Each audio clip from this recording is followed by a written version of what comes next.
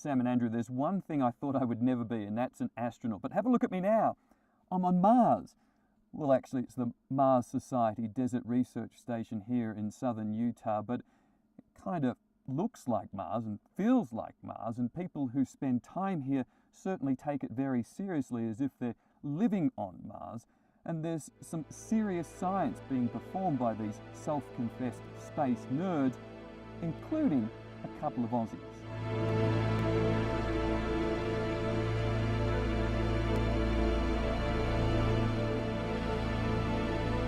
Today, we take you on a journey to a planet far, far away.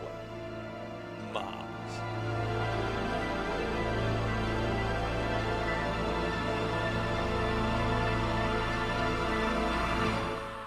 Well, all right, these red hills are actually a remote part of the Utah desert, but for the past 2 weeks, 4 wannabe space travelers, including 2 Aussies, have lived as if they were on the red planet.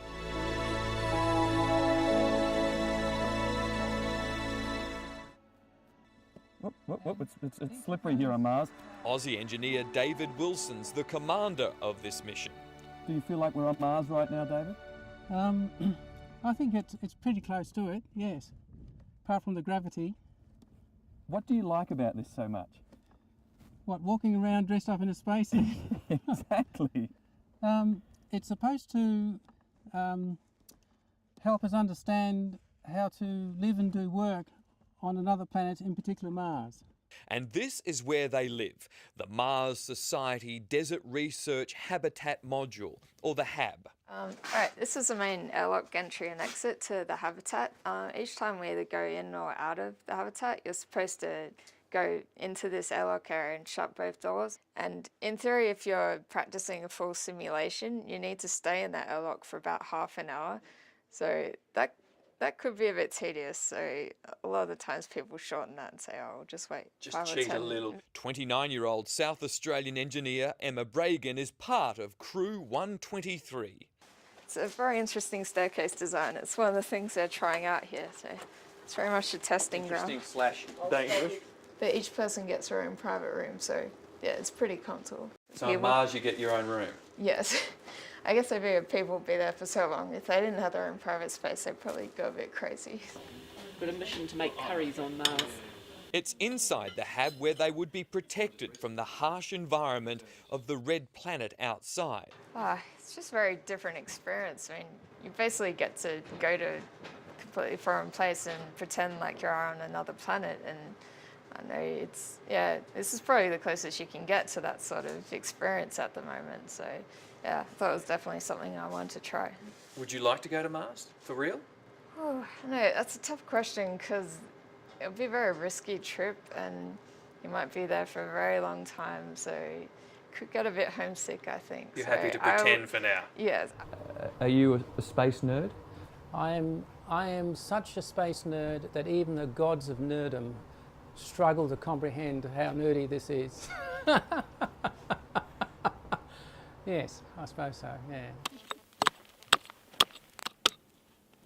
The crew conducts its own experiments that could help prepare future real Mars manned missions, including operating their own Mars rover.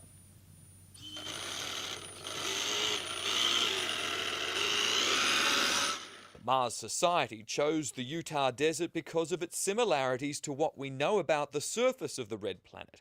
Compare it to photos taken by NASA. Hollywood has also used it. It was here the Mars-based movie John Carter was filmed.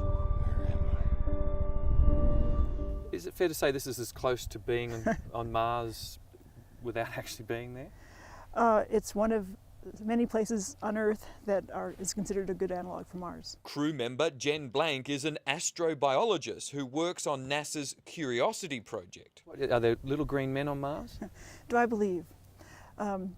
Honestly, no. I'm open to the idea, but no, I think I'm hoping we'll find signs of past life. It's born to be an astronaut.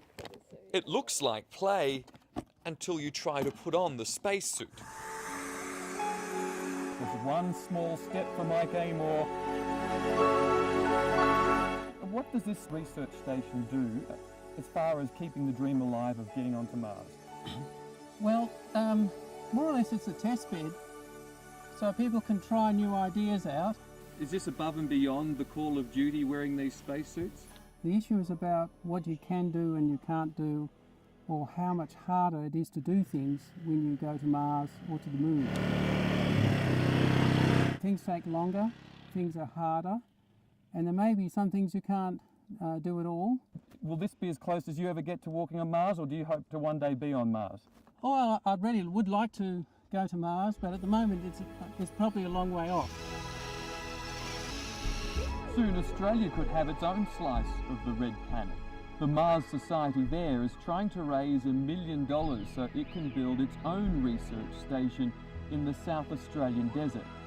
It would look like this, capable of holding up to 12 students. For our hab in Australia at Arkaroola, we would have school students and students as well as people enthusiastic about space. It's hoped the Mars Oz research station could help inspire future Australian astronauts who could one day live on the real red planet. Be honest, mate.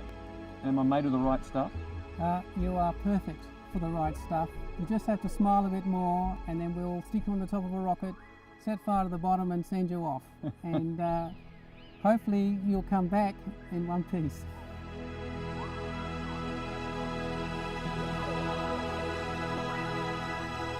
Our Aussie Mars explorers will live here for a couple of weeks, but let me tell you, after spending just an hour in this spacesuit, it's very claustrophobic and I've had enough. I'm going back to Earth. See you there, Sam and Andrew.